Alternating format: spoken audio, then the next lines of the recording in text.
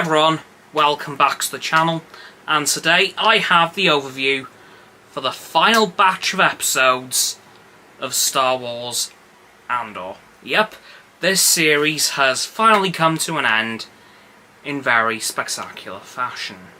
Now, much like last week and the week before, this week's episodes was less of 3 individual stories and one big story encompassing everyone involved. So, well, I suppose episode 10 was quite separate from the rest, but it did feed into the other two. So the first episode was Luthen finally finding out about the Death Star, which was quite surprising to hear that Luthen actually knew about it. However, he also knew that the Empire was close to getting to him, thanks to his spy in the ISB. So, he knew that the Empire was close to tracking him down. And not that long into the episode, Dedra Meero shows up at his gallery. And she eventually reveals that, yeah, I know who you are, and you're under arrest.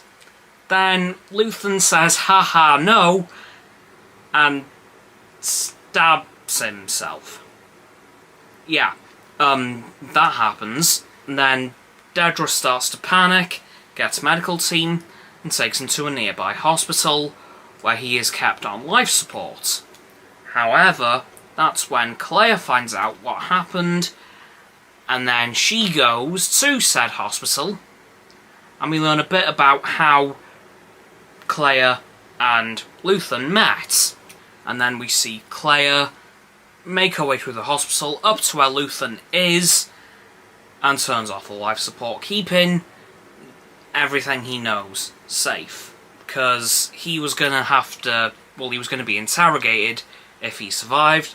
So in the end, Kleya had to, unfortunately, kill him to keep his secrets safe.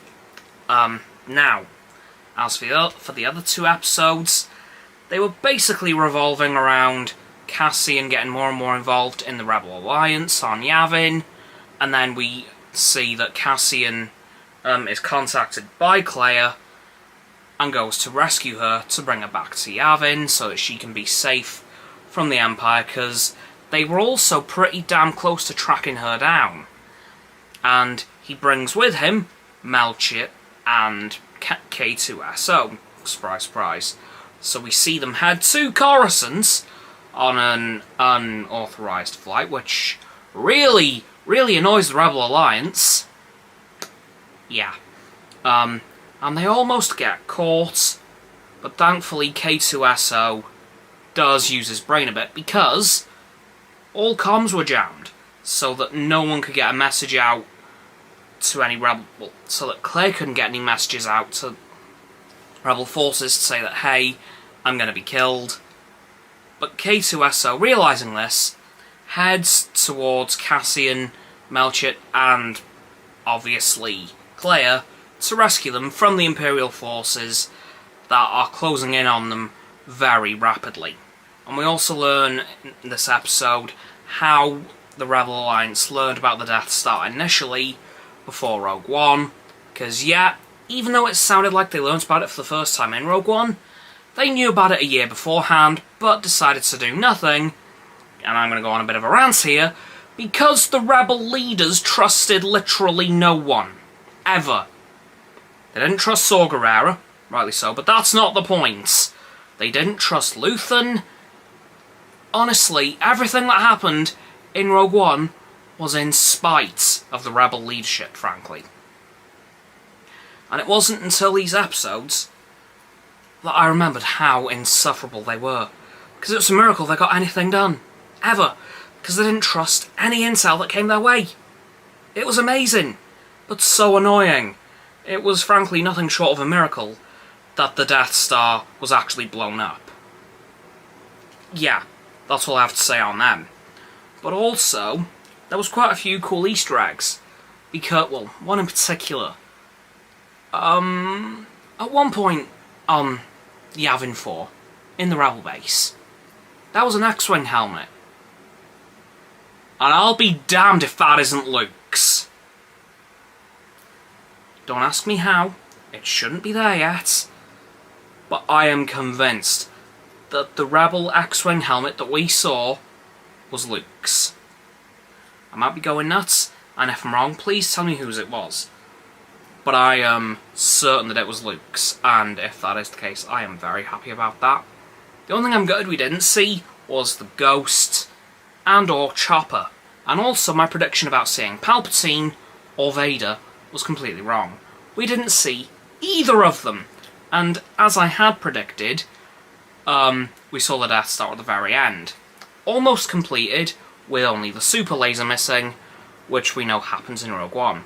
Now, also, Dedra Meero got arrested for interfering with the ISB investigation into Luthen and Cleia. And in a rather big twist of fate, she ended up on Narkina 5. Yeah, I was hoping that's where she was, and very quickly that's where we found out she was going, and where she ended up. And she's probably going to spend the rest of her days there. Anyway though, that is going to do it for my overview for the final 3 episodes of Andor, a Star Wars story. What a series this has been. So please, like the vid, subscribe to mine and Roxanne's channels. Her link is down in the description, my sub button is down there. Please click those, then the bell icons to get both sets of our notifications, comments as well, because why not let me know what you think of these episodes and what you thought of Andor as a whole. Once you've done that too, please follow me on my social medias. They'll be in the link tree in the description below. That is going to be Roxanne's website. And lastly, please do share the vid with all of your friends so they can join the infinite loop of liking, subscribing, commenting, following, and sharing, and around and around and around that loop. And I'll see you all tomorrow with the pre-race roundup for the 2025 Emilia-Romagna Grand Prix. Goodbye.